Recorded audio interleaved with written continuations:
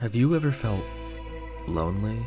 Not due to a lack of people, but having to exist around people that make you feel lonely? People that once enjoyed you have decided to turn their backs on you and renounce what you both stood for. That's probably what Bethesda feels all the time. It might seem like a hazy memory of an era long gone, but Fallout 3 used to be remembered fondly. Back when you were able to safely launch the game on Steam, that is. Fallout 3 came out in 2008 and was critically received. Bethesda, the company who now owned Fallout through acquisition, was riding hot off the heels of the smashing success of the Elder Scrolls series, particularly Oblivion. Fallout 3 at the time was no stranger to media stardom, which sounds strange to say considering the game's reputation online currently. Fallout fans prefer to slot 3 into its own weird category, distinct from New Vegas, Fallout 4, and just about every other game in the franchise.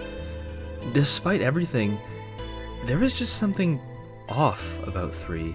Perhaps it's all in hindsight. I'm aware that people complained about 3 feeling somewhat empty by comparison to their cousin games, but that's kind of the point. The lack of towns and people is a pretty clear indicator of how things have been going along the East Coast, mainly not good. And when there are people, they're trying to loot your corpse or just eat you. There isn't a better example to explain how Fallout 3 was able to carve out its own identity than with one of its own DLC expansions, Point Lookout. My goal with this video is to tackle a couple ideas, mainly explaining why this piece of DLC is so good, perhaps the best DLC the game has seen, and explaining why those talking points can be transferred to the main Fallout 3 experience. Think of it like this: the points raised in this story, exploration in the world, etc., and how that would translate to vanilla Fallout 3, or at least post-Broken Steel vanilla Fallout 3. Meaning, when I praise or criticize something, you can point to it as a representation of its own point with the original game. Stay tuned to the end to hear all the juicy details I have about that, and perhaps stick around and subscribe. I upload every week, and I love talking about weird, underappreciated games. You know, just like Fallout 3, by the obscure indie studio Bethesda, of course. Seriously, some of the Fallout 3 hate is so forced. You guys are just not alpha and omega pilled.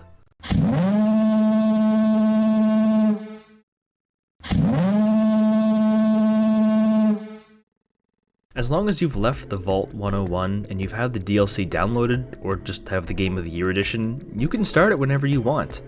However, I don't recommend doing this. This is very much a late game area expecting a late game character. I started a new character, so I just juiced myself to level 20 and put my points into stuff that would help me uncover some secrets, mainly lockpicking and speech. Our marker is right at the southern edge of the map, which proves to be quite the trek from exiting Vault 101. We do make it, after being taken down by Talon members all the time. We meet someone named Catherine, who pleads with us to find her daughter, Nadine, who went rogue and boarded the Duchess Gambit, the only ship making routine trips to and from Point Lookout in the Maryland area for the punga fruit trade. We must buy a ticket for around 400 caps from Tobar, someone who dresses like Nagito, to enter. He doesn't know much about Nadine, but he does recommend some areas up north to explore. Well, we have our setup. There's a misty coast to explore and a missing daughter to find. There's also some intrigue about the mysterious punga fruit, said to have some interesting properties. You might notice how low-key the setup is, especially compared to the other DLC expansions in Fallout 3, compared to being abducted by aliens or entering Bridgeport. Going to the coast and trying to find someone is quite plain. One might even say boring if they're unaware. However, this small supporting story is the masterstroke of Point Lookout. It's a microcosm of how people often tend to explore a lot of open-world games, by just ignoring the story and letting the whims of their mind take them wherever they please. This mindset is something that not all games support equally, depending on how the map spaces out interesting locations and areas, but Fallout has always catered to this mindset phenomenally. Without having touched a main questline, you can spend dozens of hours getting lost in the world, and here's how. Once you take your first steps off the boat, you're completely free to explore wherever you'd like. Unlike the other DLCs, you can freely leave Point Lookout so long as you can afford a ticket. Every other non-Broken Steel expansion puts you in a new location you can't leave until you're finished with the main story campaign. But here, the map is your oyster, your misty, lonely oyster. People complain about the brown and green filter of the capital wasteland. How's about we trade it for a nice shade of blue? Maryland has quite the unique set of circumstances in the Fallout world. No bombs touch this part of the map, but the world forgot about it anyways, which leads to the current state it's in. The sea constantly laps the dull sandy coves, the only thing holding it up the rickety abandoned shops and games of the sea-drenched boardwalk. Had it not been for the devious waves that crash and roar just by, the sound of muted animals picking bones in your own footsteps would be the only soundtrack to accompany you. Being alone should sound all too familiar to any player of this game, but there's a distinct difference in how each location makes you feel, like it pulls from different parts of the spectrum. The capital wasteland is crumbled and grey, the marble from the Oval Office mixed into the ground just as much as concrete and blood. Haphazardous shops and raiders are all around from the millions of people trying to hold on to their peace of life and security. In Maryland, the effects of the Great War were much more trickled down. Pay close attention to the buildings. This isn't the ruin of a state taken from global war. This is willing abandonment from its inhabitants. It's much easier to see the remnants of what once was because it's preserved like a picture in time, as if the salt water in the air had a quasi-magical property of keeping the port the way it was when the world left it behind. Grass and trees and swamps have overtaken what was once a human settlement, providing a small glimmer of hope, a sign that nature has returned, and that the world's natural beauty has not been besmirched off the earth. The difference in view also aids in making you feel uneasy.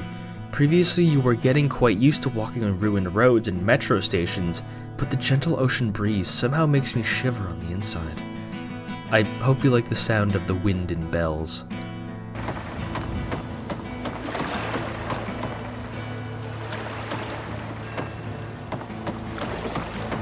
The maritime aesthetic and charm are thick enough to blast with a mini nuke, and the wind rattles your bone and frosts the tip of your very soul. Something about the towering lighthouse slicing through the fog brings many memories to my weary mind. I spent many a summer in New Brunswick off the eastern coast. Just look at a map. Pennsylvania and New York are basically identical to eastern Canada. I defy you to tell me the difference with just your eyes. I stayed right along the oceanside beach in those summer days, so seeing all the rotting wooden homes by the coastline sinks a deep feeling of nostalgia in me, combined with a forlorn sense of dread that something I remember so fondly has been twisted by the human afflictions of war. Further into the wilderness, away from the prying eyes, we can see some swamplands that make refuge for the living creatures inside, usually consisting of wild dogs and lumpy mutated Hicks, sometimes a feral ghoul or two. Those who choose to call this land their home and aren't irradiated in some ways are far and few in between, so make sure you stick close to them when you can find them. There are some specific spots all over where people can be found, from the abandoned lots and mansions of the wealthier pre-war families to the Confederate subs and hideouts hidden scattered around. There's a scant number of shops, from the general store at the front and the shack located somewhere in the swamp area. And you can equip something for the radiation or upgrade your armor, because those axe-wielding Hicks can slice through your defenses just like every single enemy can in Fallout 1. There's a little cliffside area called the Coastal Grotto, where a ghoul runs a kind of hunting exhibit where you can gun down feral ghouls for sport. I highly recommend you go here because you can attain a perk from reading a book that allows you to deal +5 damage to ghouls on paper. What it actually does is deal +5 damage to everything because it's bugged. It's a straight damage bonus with no downsides to not have it. It makes the absurdly tanky and dangerous swamp folk a lot easier to deal with. Even when I talk to the people around here, they aren't exactly nice. People tend to be short with you on account of being a several hundred-year-old ghoul or a desperate survivor clinging to what little they have. Everyone who isn't here just for business has a history deeply entwined in the darkest of ways. Various eras of history have arrived and left at the door, which implies as the world continues to spin and people come, Point Lookout will resist and snuff them all out, leaving only ghosts of their culture. The least physically irradiated people are either traitors or, even worse, smugglers and occultists, so they're spiritually irradiated. Even worse are the tribal people, who practice a religion of peace that involves killing people unprovoked and being really interested in those punga fruits. Even worse are the swamp folks, the real natives of Point Lookout. From a diet of radiation, drugs, and incest, they've bubbled up all frothy and are extremely territorial to outsiders. The only ray of hope in this sea of misanthropy is a single Christian missionary, Marcella, who is spreading the word of the gospel while charting out maps and collecting pre-war religious artifacts. As noble as her efforts are, it's the exception that proves the standard, that Point Lookout is a godless, forgotten hole that best remains as a memory, even to its current inhabitants. Where there should be the Holy Spirit is replaced by occultism and spendthrifts. It's not just a lack of stable architecture around, the lack of stable people is just as isolating. It's the same kind of loneliness I was describing in the video's intro, being around people that make you feel lonely. I've never felt more of a lone wanderer than just playing Point Lookout. This is the central beating heart of the video I want to establish. Despite the people and land, you feel like you're isolated in your own little world, like a Medotsky in power armor. When you do get to talk to people, what kind of business are you getting up to? That would be the storyline and quests the game has to offer. I've set up searching for Nadine, but whereabouts do you go in finding her? Most people don't have much in the way of help, so you must forge your own path, or at least take Tobar's advice on looking after the smoke in the air. Naturally, you'll find one of the many abandoned areas. You'll definitely see Calvert Mansion through the fog, and turns out this one is currently being occupied by a pre-war ghoul, Desmond Lockhart, who's in town for some kind of business he doesn't care to explain, or more that he can't explain because he's being attacked by droves of tribespeople for reasons he doesn't understand. He proposes that you venture out to the Arkandove Cathedral to learn why they've attacked him. These are people who think cutting a hole in their skull can expand their mind. They're not exactly scholars over there. Here's the deal. I help you get in with those tribals, you help me get what I want, and I'll make you fucking rich. Just try not to sprain a lobe while you're thinking about it. For the sake of bottle caps and potentially finding Nadine, we go. Beating this mission gives you the Superior Defender perk, which gives you a +5 damage and +10 armor when standing completely still. It's a nice perk for sniper rifles and that one railgun, but you probably have the power armor by this point, so not absurdly useful. We find the cathedral, but the dork at the intercom won't let us in until we've completed some kind of initiation ritual near a sacred bog. Okay, be that way. It's called the Ritual of the Mother Seed. Laugh if you want. Venture west to the Great Bog, and within you shall find the mother of all hunger fruit. She stands taller than a man, and collected seeds. And It's quite a way away, and I just realized that I never actually read the note left for Nadine. It might be rude to intrude, but all of this walking has made me quite hungry. Hungry for knowledge, that is. Let's pull it up. My darling little Nade. I know life wasn't always the best at home, and we've had a few rough winters. I don't blame you for running off to find something better. At your age, you think you're wasting away at home while the world's just waiting for you to come and get it. When I was about your age, I ran off from my mom too.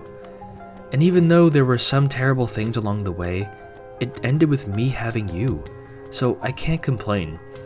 I just wish you could have seen your grandmother.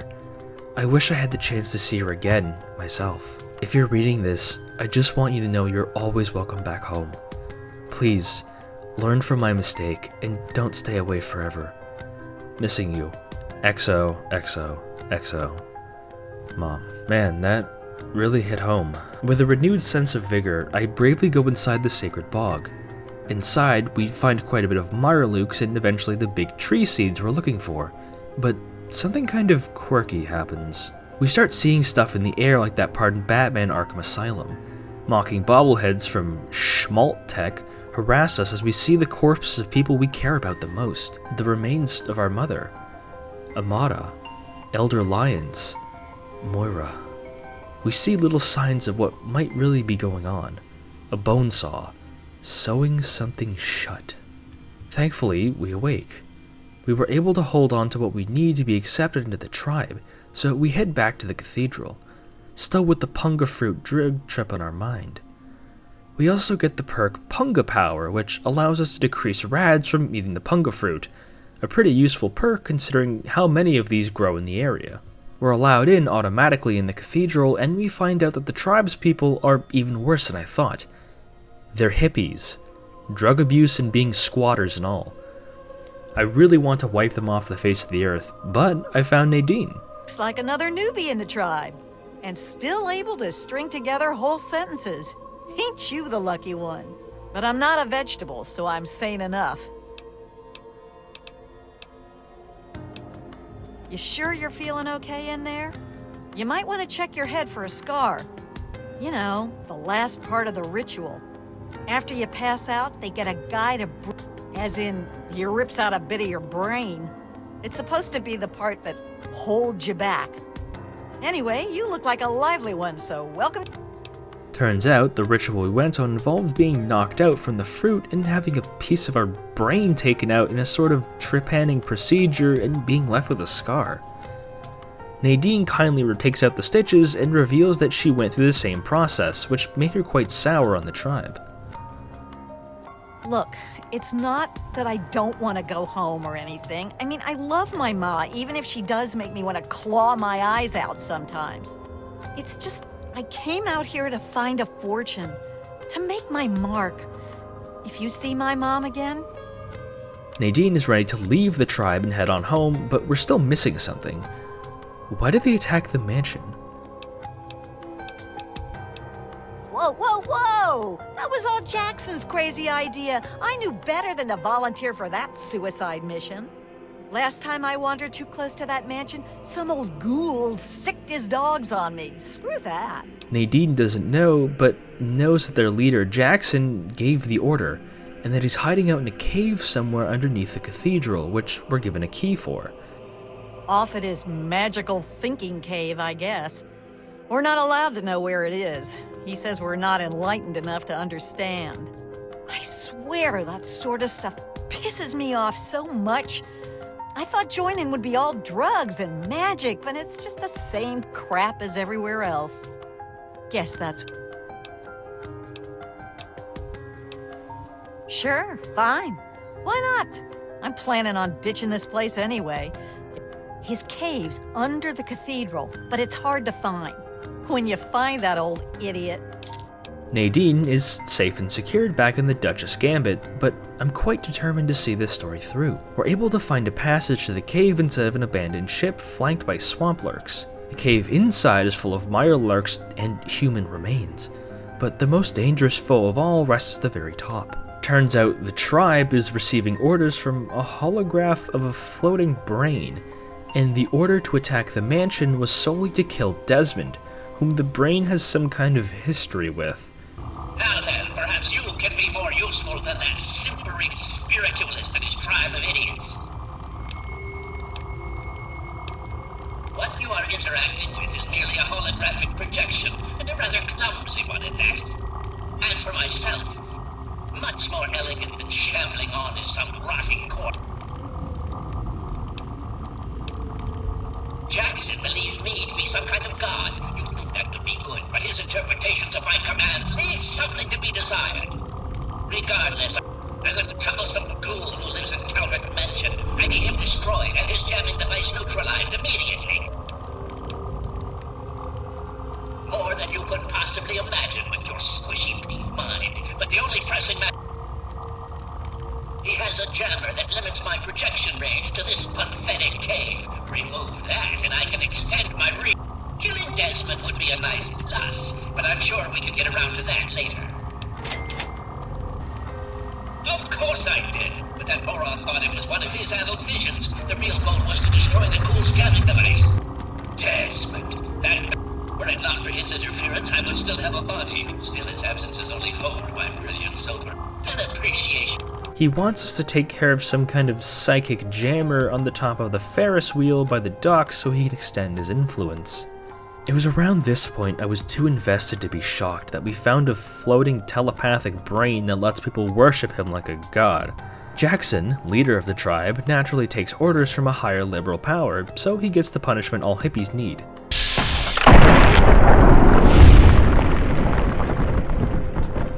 Returning to Desmond, he spills the beans and lets us know what's finally going on.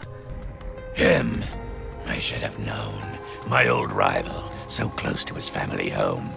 He was once a man, Professor Calvert. The Calverts owned half of Maryland, back when there was a Maryland to own. Members of the Calvert family were influential all over the world. They practically owned a deed to the US government. In their best days, there were no less than 3 Calvert family senators, 7 members of the House. They even had a top candidate for president, until that scandal with the dog forced them to drop out of the race. I was particularly proud of that one. Calvert is my old rival. Centuries we've played this game. I knew he'd be stupid enough to hide so close to his family home.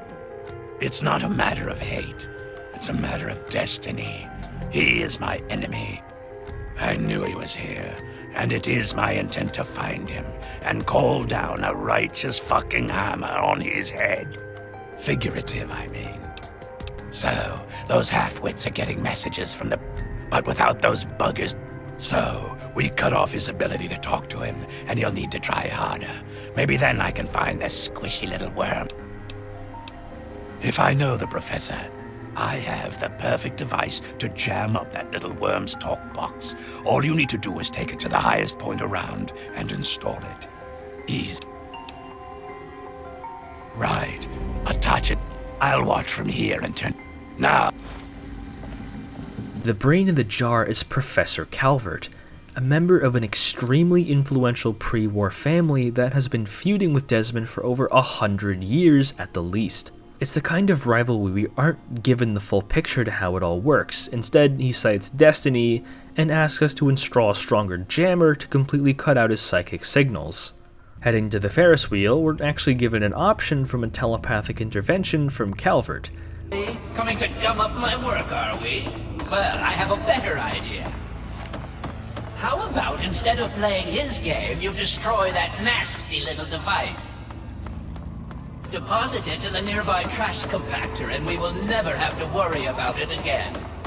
Either we side with him and dispose of the jammer instead of a garbage compactor, or side with Desmond and install it.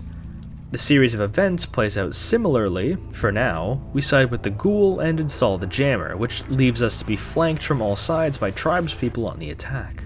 We go to check back in on Desmond when...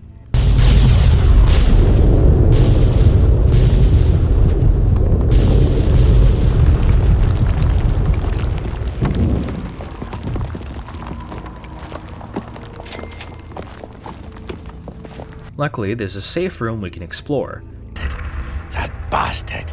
He killed my pups, nearly killed me. For what? He doesn't have the body to fucking do it himself, so I know where he is. He overplayed his hand this time. Well, that's good, since the game is almost done. He's in here, the little fuck, right under my nose the whole time. Hiding behind robots and machines.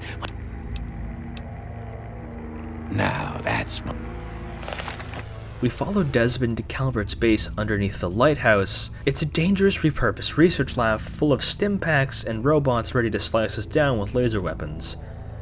But we have to go deeper with keycards, if only to avenge Desmond's 2 fallen dogs. Once we find the professor, who actually is just a brain in a jar, we're given another opportunity to switch allegiances and kill Desmond if we want to.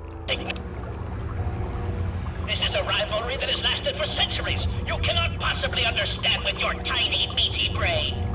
Creatures of great power must destroy Listen, I came here to kill a brain. I'm not leaving till I kill a brain. Calvert has a lot of protectrons to attack for him, but if you even have a couple frag grenades, you can safely chuck them at the tank and the robots will be taken out by Desmond.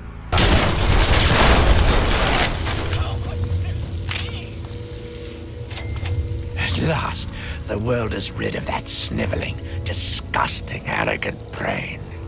Think of it. Everything he learned, everything he had, it's all here, and it's all mine. Moron. I've been battling with Calvert for over and now, 200 years of technology, knowledge, and... You're free to take what I enjoy your spoils. I don't think our paths will ever cross again, and I think we can both thank Christ and say hallelujah for that.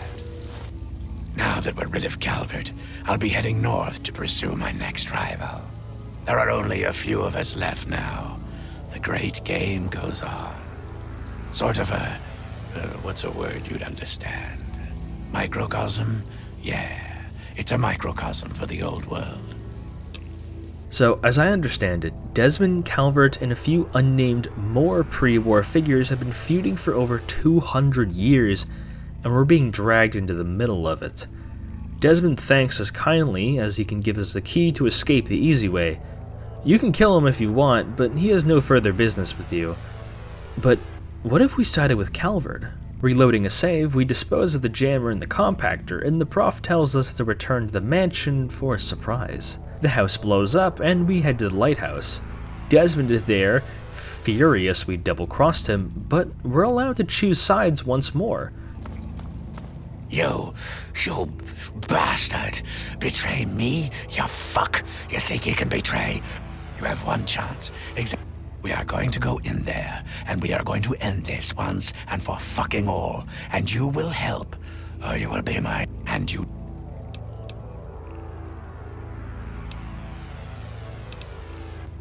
What?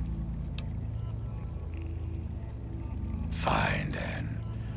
Then pretty please, fucking help me rid the world of Professor Calvert.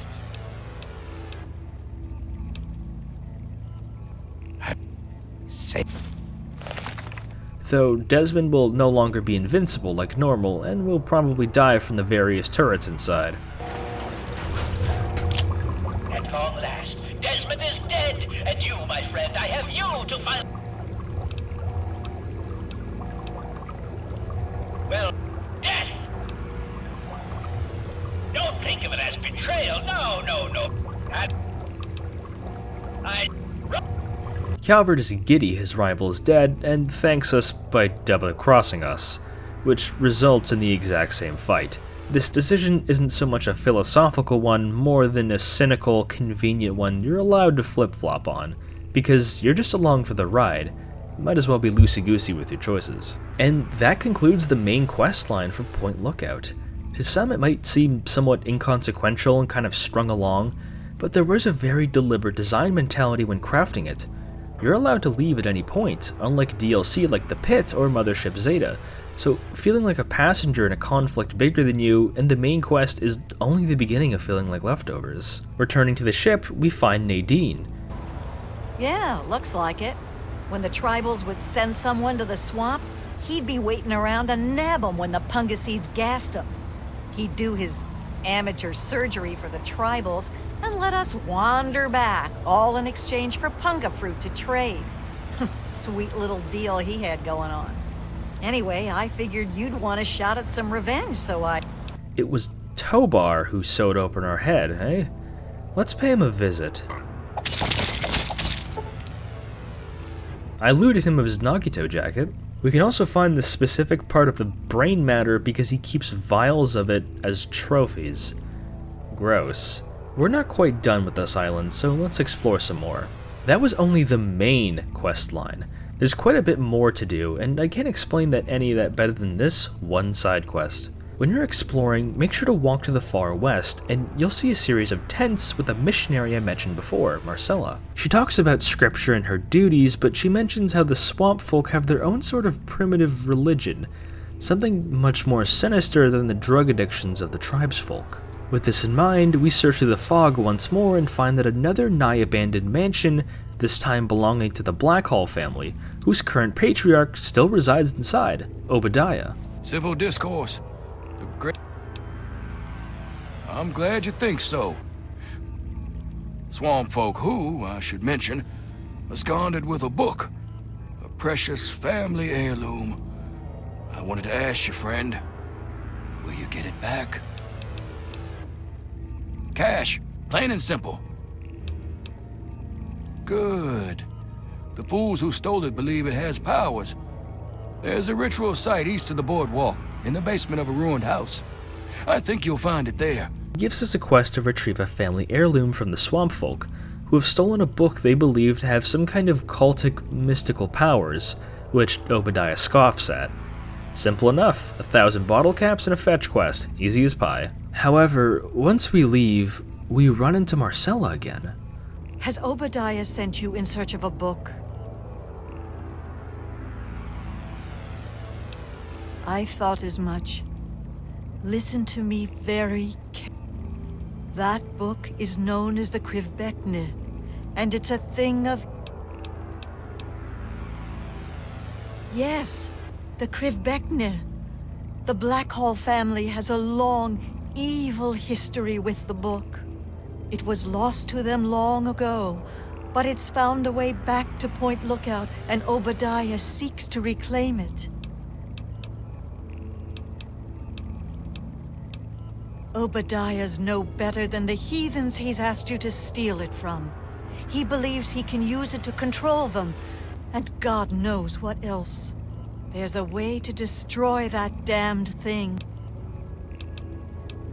I can't promise you money.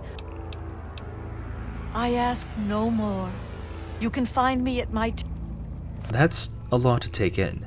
She accuses Obadiah of being into some kind of occultism just like the swamp folk, in that his book, the Krivbekne, is an ancient tome of unspeakable power and evil, and that we should retrieve it and give it to her instead of Obadiah.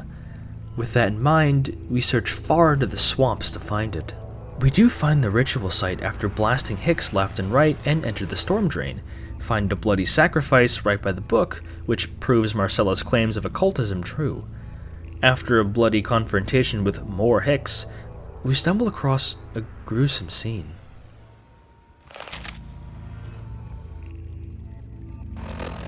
They attacked while I slept. I don't expect to survive. I only pray that that you haven't taken that book to Obadiah. You must take up my mission. There is one way to utterly destroy the Krivbekne, but you must take a pilgrimage far north of Point Lookout in the capital wasteland. Seek a place called Dunwich. Within is an obelisk, itself a wicked thing. It'll consume the book. You need only press the book to its surface. May God shed his blessings upon you, child. Make haste for Dunwich. My God, I am sorry for all my sins with all my heart. In choosing to do wrong and failing to do good, I have sinned against you, whom I should. Capital Wasteland, Dunwich building? Those sound familiar, don't they? Please keep that in mind until the end of the video because they will come up again. Since we've been tasked with ultimate responsibility for the book, what should we do? Give the book to Obadiah, of course. We confront him for being an occultist heathen, but he has no interest to hear it. We can leave, or we can follow him down to his basement. He's muttering something at this altar, talking about someone, or something, named Ugg Qualtoth. We can't read the book he so wanted, but if the swamp folk have the same belief system, we can assume this dark god is the same one they sacrificed to. I have much more to say about this mysterious character later in the video. Before there was man, before there was time, there were monsters, and Obadiah seeks to emulate his monstrous masters by killing in his name. This time, we can at least give Obadiah a stern talking to. Our business is at an end.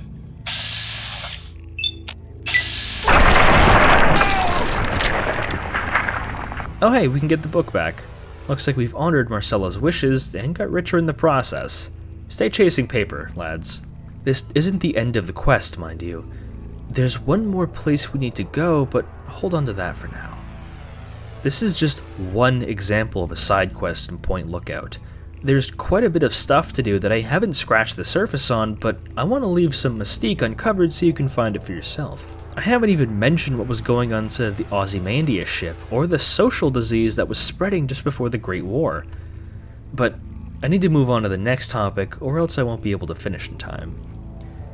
If you want a comprehensive series on this DLC, or just game in general, go watch Oxhorn, he does a much better job.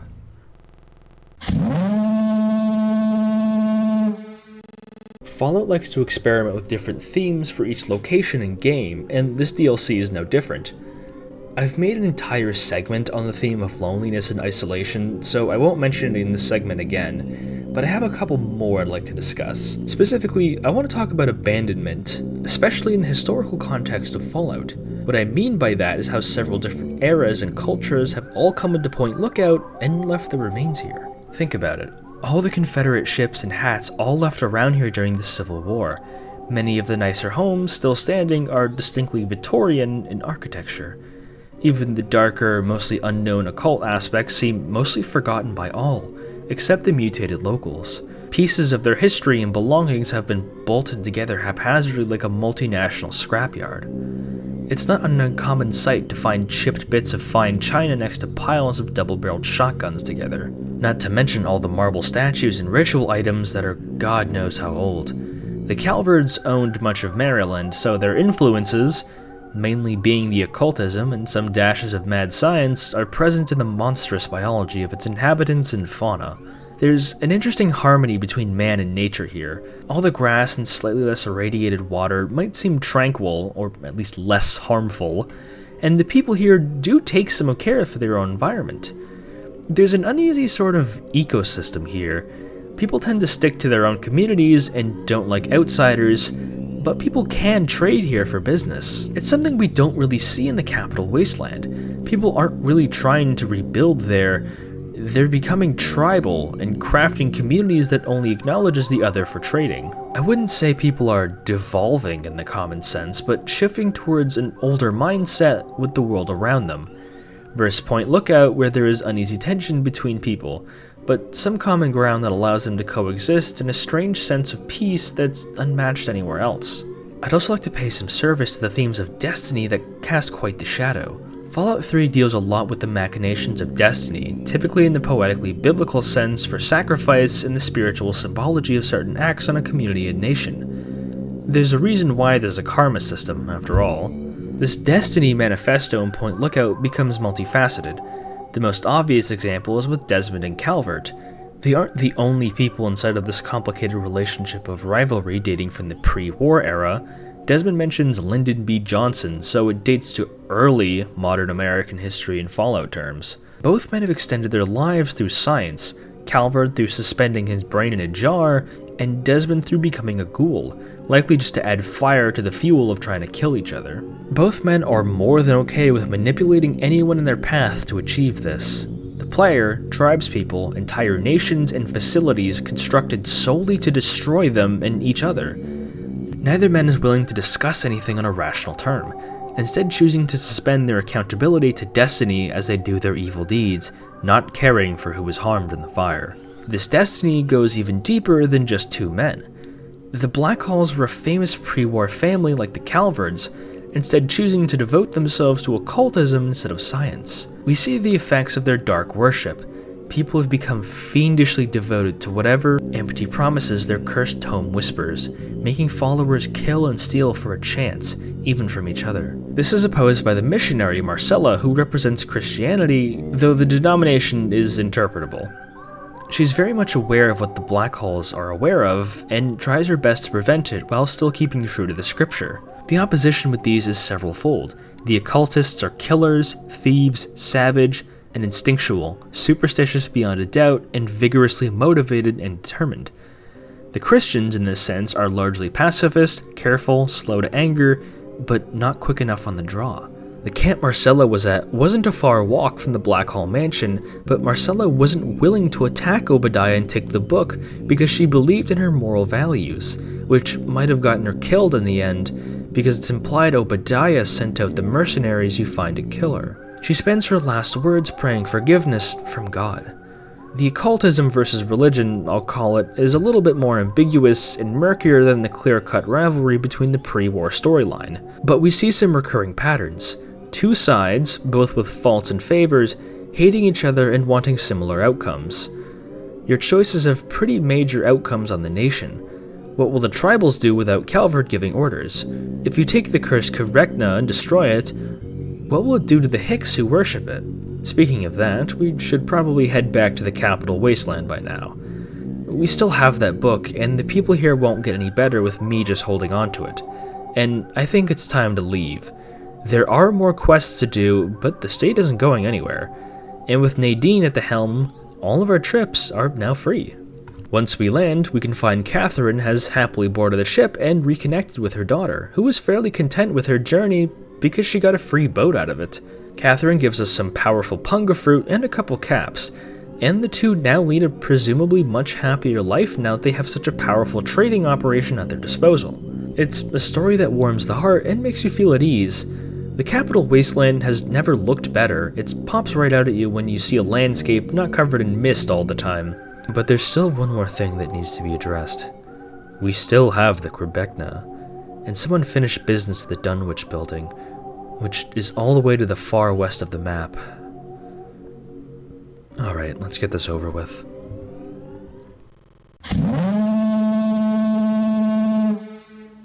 A dangerous journey to the west filled with raiders and Yao Guai leads us to an abandoned Dunwich building, a location with a rich and storied history that extends through several different games in the franchise. But Dunwich is complex enough to deserve its whole entire video, so for now, I will just focus on what's relevant for Fallout 3.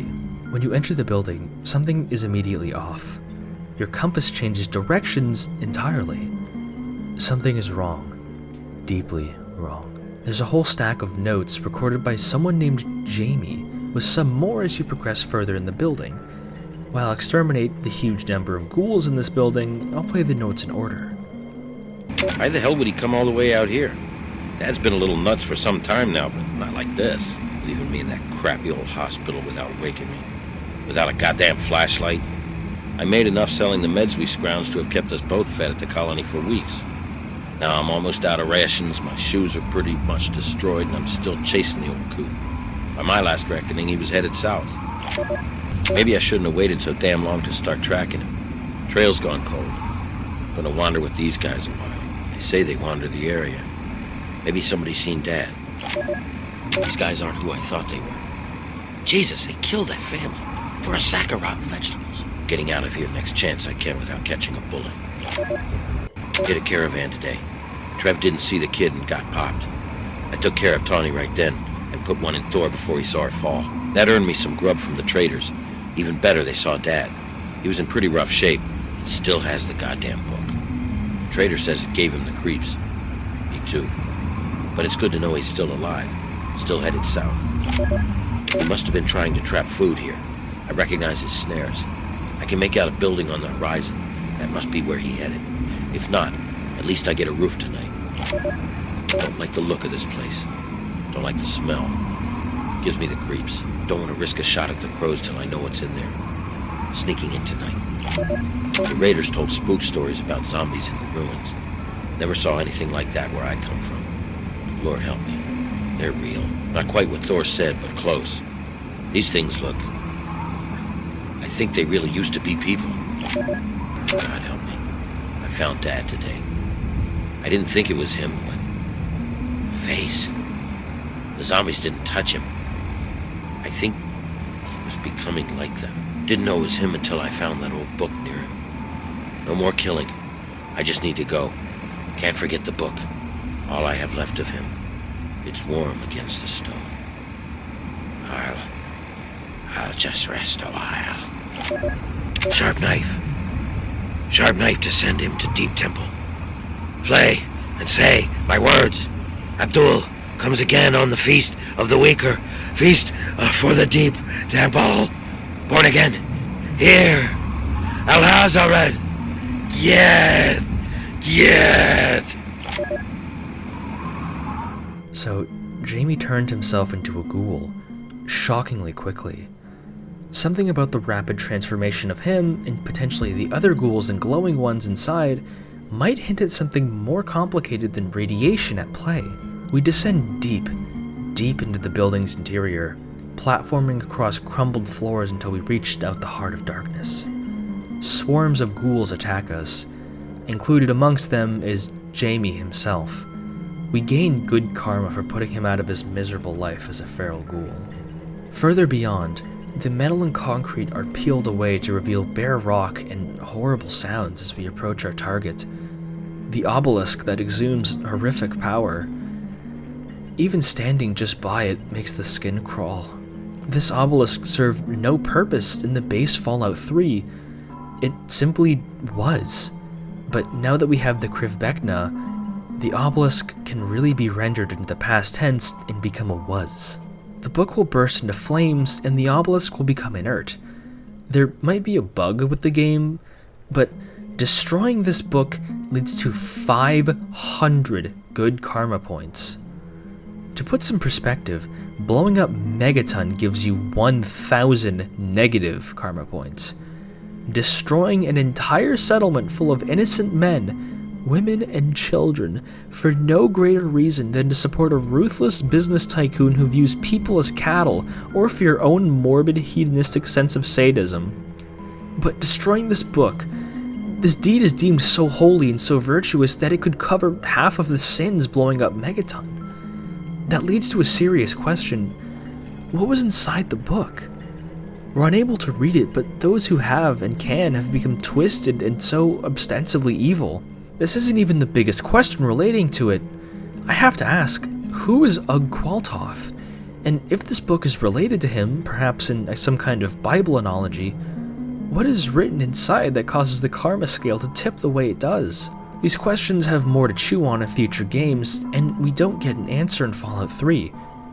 Remember when I talked about feeling like a pawn in someone else's game? We're totally clueless about what's going on under the real inky blackness of the cosmos, but we're granted the opportunity to aid it or help destroy it. And this is why Point Lookout is Fallout 3's best DLC. Let me run through every chapter once more to summarize my point. Firstly, the exploration. Point Lookout is a sickly sweet style of loneliness that feels distinct from every other type of isolation in the game. Exploration feels satisfying because of the relatively small size of the island and how easy it is to see things on the horizon. The storyline is understated and simple, but allows for a lot of freedom of choice. The outcomes are very similar, but allowing you to choose who to ally yourself with makes it feel incredibly immersive in the dog-eat-dog world Fallout can often be. The thematic consistency is razor sharp and always on point. Being a pawn between two afflicting ideologies and understanding its representatives is the name of the game, and both sides are given ample opportunity to seem semi-reasonable to you. And finally, this DLC connects to the main game in a way far greater than most other DLCs, Broken Steel being an exception, because that's just the post-game expansion pack. Most other packs allow you to obtain very powerful items and maybe a perk, but Point Lookout seriously recontextualizes the Dunwich building and allows you to re-examine the entire dungeon, which no other DLC has done. However, it's not all positives. I've mentioned bugs a couple times, and there are some bugs associated with this pack. Not nearly as many as Mothership Zeta, but it's definitely got an aura of being unfinished. I highly recommend you check out the scrapped and cut content on the wiki, it's truly fascinating. I also recommend you check out Oxhorn and EpicNate's channels if you haven't already. They go into serious depth on these topics, far more than I have, and that extends to the franchise itself. I want you to keep your eyes on two topics afterwards, the Dunwich building and Ustulate, because those two deserve their own videos. And if you liked this video, feel free to stick around by subscribing and staying tuned. I've got more videos for strange gaming and otherwise cooking right now, so stick around. Until then, have a lovely rest of your day.